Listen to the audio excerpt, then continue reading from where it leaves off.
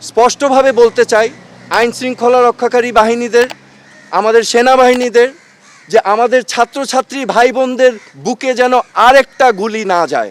So যেহেতু তারা safe কাস্টাডিতে, আমি তখন রিকোয়েস্ট করলাম আমি তাদের সাথে দেখা করতে চাই। তো প্রতি উত্তরে আমাকে জানানো হয়েছে যে দেখা করতে চাইলে ঊর্ধ্বতন কর্তৃপক্ষের পারমিশন নিয়ে আমার দেখা করতে হবে তাদের সাথে। বাংলাদেশের মুক্তিযুদ্ধ নেতৃত্বদানকারী বাংলাদেশের প্রথম প্রধানমন্ত্রী তাজউদ্দিন আহমেদ এবং সৈয়দ জোহরা তাজউদ্দিনের সন্তান, এবং আমি নিজেই একজন রাজনীতিবিদ হিসেবে আমি 2 টার্ম বাংলাদেশ সংসদের সদস্য ছিলাম, স্বরাষ্ট্র প্রতিমন্ত্রীর দায়িত্ব পালন করেছি এবং এখন আমি একজন সাধারণ নাগরিক। আমি আজকে এই ব্যাকগ্রাউন্ড এবং একজন সাধারণ নাগরিক হিসাবে আমি ডিবি অফিসে এসেছি, কারণ আমি বাংলাদেশের সকল মানুষের মতোই বাংলাদেশকে নিয়ে উদ্বিগ্ন বোধ করছি।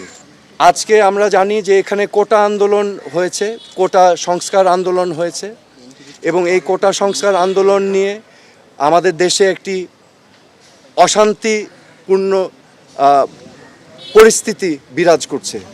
এখানে শত শত মানুষ নিহত হয়েছে, নিরীহ 5 বছরের বাচ্চা থেকে শুরু করে 8, 10, 15, 16 ছাত্র, সাধারণ মানুষ সহ অনেক মানুষের প্রাণহানি হয়েছে, এবং এটা আমাদের সবাইকে ক্ষত করেছে, আমাদের বিবেককে নাড়া দিয়েছে। এই বিবেকের নাড়ার কারণেই আজকে আমি ব্যক্তিগতভাবে ডিবি অফিসে এসেছি। কেন এসেছি? আমি ডিবি প্রধানের কাছে 3টা প্রশ্ন নিয়ে এসেছিলাম। আমার প্রথম প্রশ্ন ছিল যে এই 6 জন সমন্বয়কারীকে গ্রেফতার করা হয়েছে নাকি সেফ কাস্টাডিতে নেওয়া হয়েছে। দ্বিতীয় প্রশ্ন, যদি অ্যারেস্ট হয়ে থাকে তাহলে আমার কোনো প্রশ্ন নাই, আমার কোনো দাবি নাই, কিন্তু যদি সেফ কাস্টাডি হয়ে থাকে তাহলে আমি তাদের সাথে দেখা করতে চাই। ডিবি প্রধান আমাকে পরবর্তীতে ঊর্ধ্বতন কর্মকর্তার কথা বলে উনি আমাকে জানিয়েছেন যে এই 6 সমন্বয়কারী যেহেতু তাদের নিরাপত্তা নিয়ে উদ্বিগ্ন ছিল, সেই কারণে তাদেরকে সেফ কাস্টাডিতে নেওয়া হয়েছে। এই কথা শুনে আমি প্রশ্ন করেছিলাম যে আপনারা কিভাবে বুঝলেন যে তারা উদ্বিগ্ন তাদের নিরাপত্তা নিয়ে? তারা কি আপনাদেরকে জানিয়েছিল, রিকোয়েস্ট করেছিল? আমাকে তখন তিনি জানিয়েছেন না, ওনারা বুঝতে পেরেছেন মনিটরিং করে। সো যেহেতু তারা সেফ কাস্টাডিতে, আমি তখন রিকোয়েস্ট করলাম আমি তাদের সাথে দেখা করতে চাই। তো প্রতি উত্তরে আমাকে জানানো হয়েছে যে দেখা করতে চাইলে ঊর্ধ্বতন কর্তৃপক্ষের পারমিশন নিয়ে আমার দেখা করতে হবে তাদের সাথে। আমার তৃতীয় প্রশ্ন ছিল তাদেরকে কখন সেফ কাস্টাডি থেকে মুক্তি দেওয়া হবে। এই প্রশ্নের জবাবে তিনি বলেছেন যে ঊর্ধ্বতন কর্তৃপক্ষ যখন ওনাকে নির্দেশনা দিবেন তখনই ওনাদেরকে ছেড়ে দেওয়া হবে।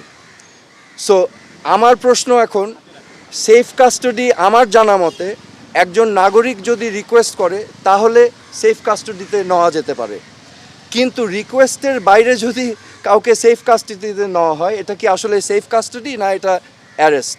তো এটা হচ্ছে আমার প্রশ্ন।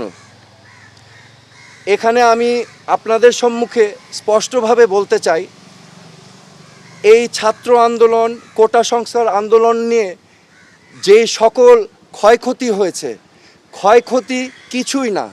ক্ষয়ক্ষতি কেন কিছু না? এই ক্ষয়ক্ষতি যেই সম্পদের ধ্বংস হয়েছে সেগুলো তো জনগণের ট্যাক্স দিয়েই করা হয়েছে, এগুলো জনগণের সম্পদ, এগুলো হয়তো ভবিষ্যতে আমরাই আবার গড়ে নিব, কিন্তু একটি প্রাণ যেটা আমরা হারিয়েছি, একটি প্রাণও কি আমরা ফেরত পাবো? এই প্রাণ কি ফিরে আসবে? আমাদের মনে রাখতে হবে মুখ্য জিনিসটা কি, প্রাণের মূল্য কিন্তু কোটি কোটি কোটি কোটি কোটি টাকার থেকেও অনেক বেশি, তা অমূল্য। তো আমার আজকে আপনাদের সামনে আমি স্পষ্টভাবে বলতে চাই আইন শৃঙ্খলা রক্ষাকারী বাহিনীদের, আমাদের সেনাবাহিনীদের, যে আমাদের ছাত্রছাত্রী ভাই বোনদের বুকে যেন আরেকটা গুলি না যায়। আপনারা বিরত থাকুন, এটা ঠিক না। This is not right. আমি আজকে চলে এসেছি যে আমার জিমের কাপড় পরা, আমি আমার আবেগ, আমার বিবেকের তাড়না আমি চলে এসেছি এখানে। আজকে আমি মনে করি আমার মতো এই প্রশ্নগুলো বাংলাদেশের কোটি কোটি মানুষের মনে। তো আমি আপনাদের হয়ে আমি এখানে এসেছি।